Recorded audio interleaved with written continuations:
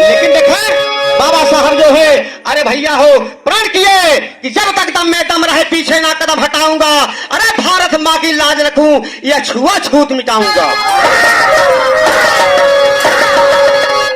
सब कजरी के लाइन में बाबा साहब लिखे कि बजा के कजरी लाइन का आजा मास्टर।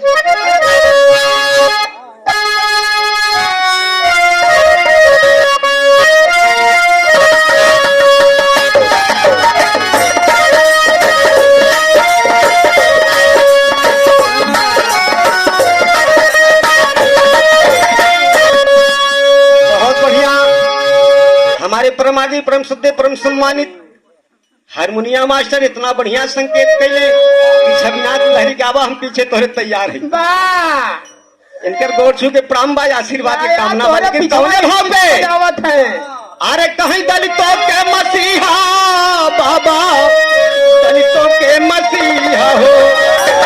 अरे दलितों के मसीहा बाबा कैले आए लालवा।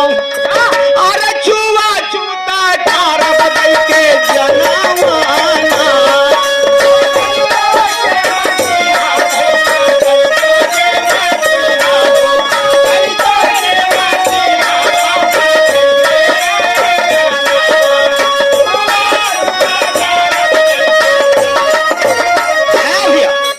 लेकिन बाबा साहब प्रण किए कब?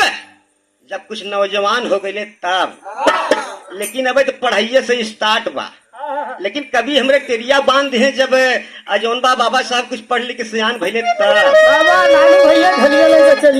लेकिन देखे टेरी के भाव लगल। अरे दलितों के मसीहा बाबा दलितों के मसीहा हो। अरे दलितों के मसीहा बाबा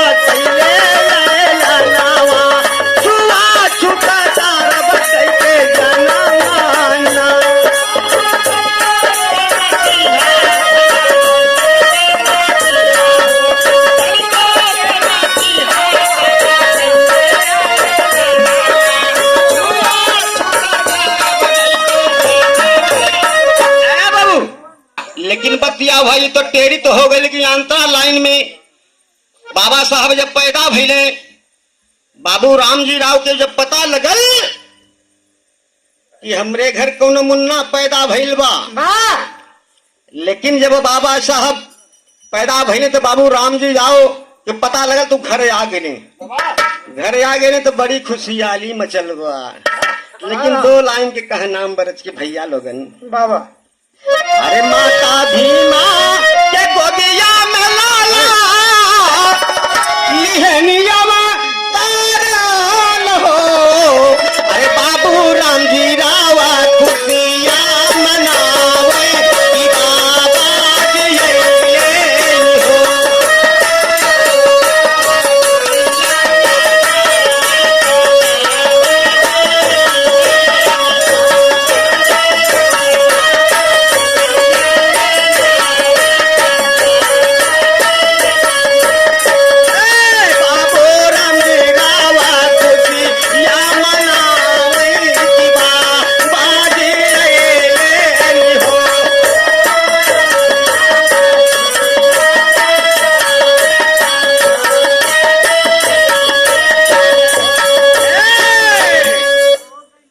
बाबू रामजी राव बड़ा खुशहाल भइले कि हमरे कुल में हमरे एक मुन्ना पैदा भइल बा।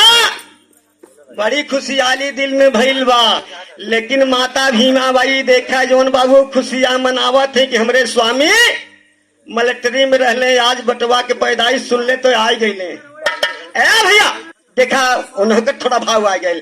अरे माता भीमा बाई खुशियां मनावे कि बाबा जियले कि बाबा जियले हो। माई दिया भर के खुशियां मनावे कि अनाधन लुटावाई हो।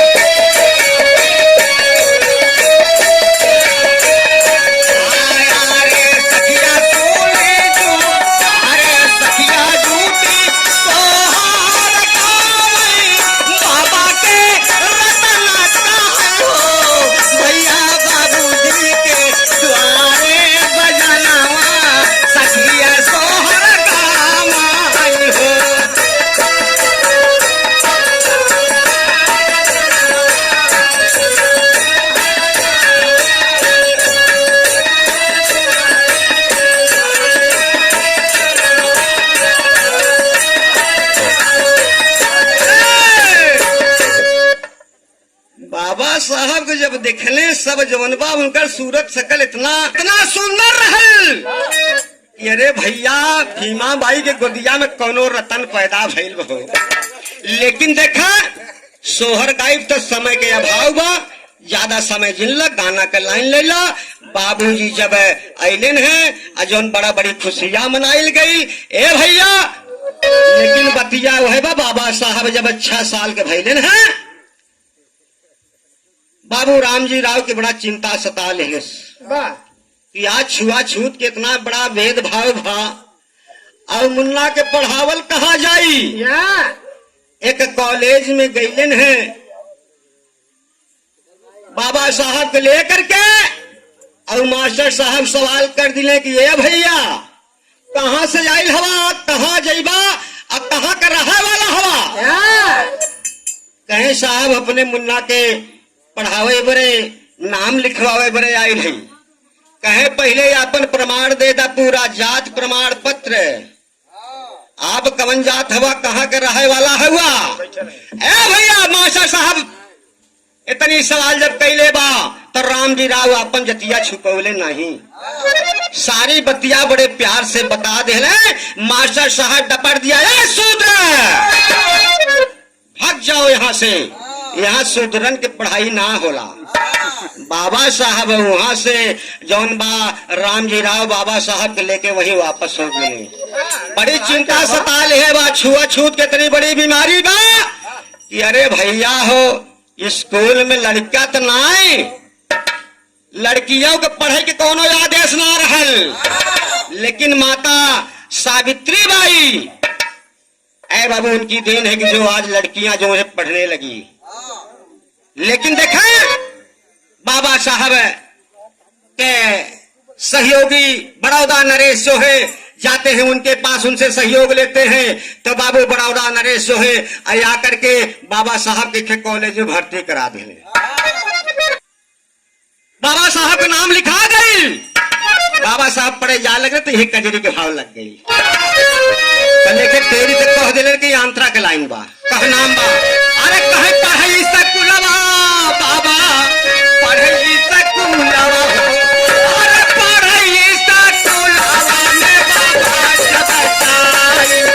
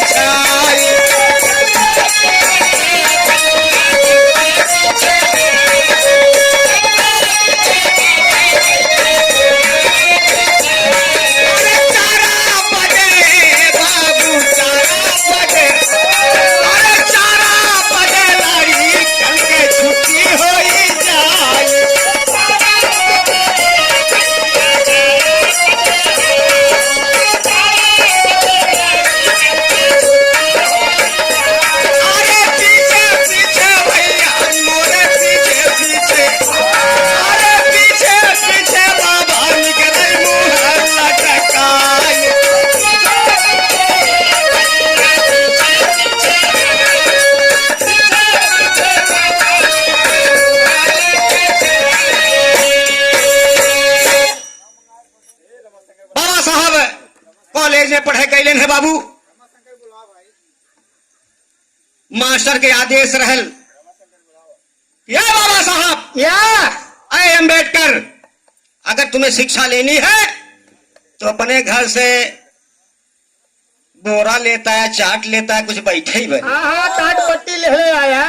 बाबा साहब जब रामजी राव से ही बतिया जाके कहले, बाबूजी सब टेबल पे बैठे थे, हमें आदेश कैले हम कि अपुआ जौन बा बोरा लेता या।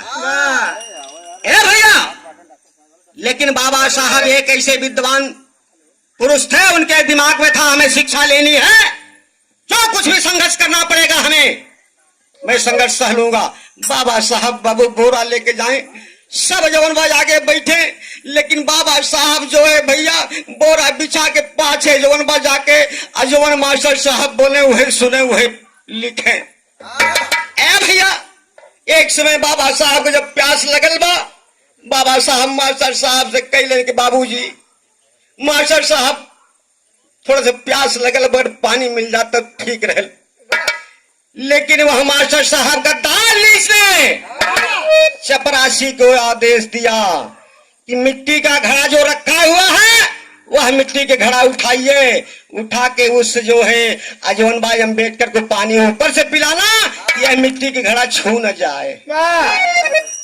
ए बाबू हम आप बड़ा विद्वान वाले के हमारे आके बुजुर्गन से पूछ लिया यह सवाल के का स्थिति रहल कि हम मजदूरी करत रहे, हमार परिवार हम सब हमार परिवार मजदूरी करे, गेहूं बोवे, गेहूं काटे, गेहूं दावे, गेहूं जब फसल तैयार हो जाए तो ले जाके घरे में ठाकुरे बहने के धाई दे।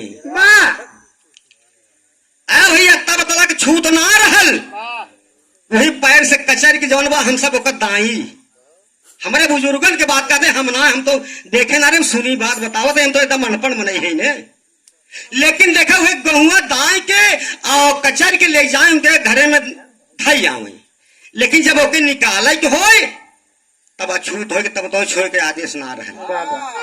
लेकिन आज बाबा साहब कॉलेज में मास्टर साहब से कहले बाबू पानी पिया दा, तो माटी के घड़ा बढ़ाए रहा सब पानी पियावे कौन है।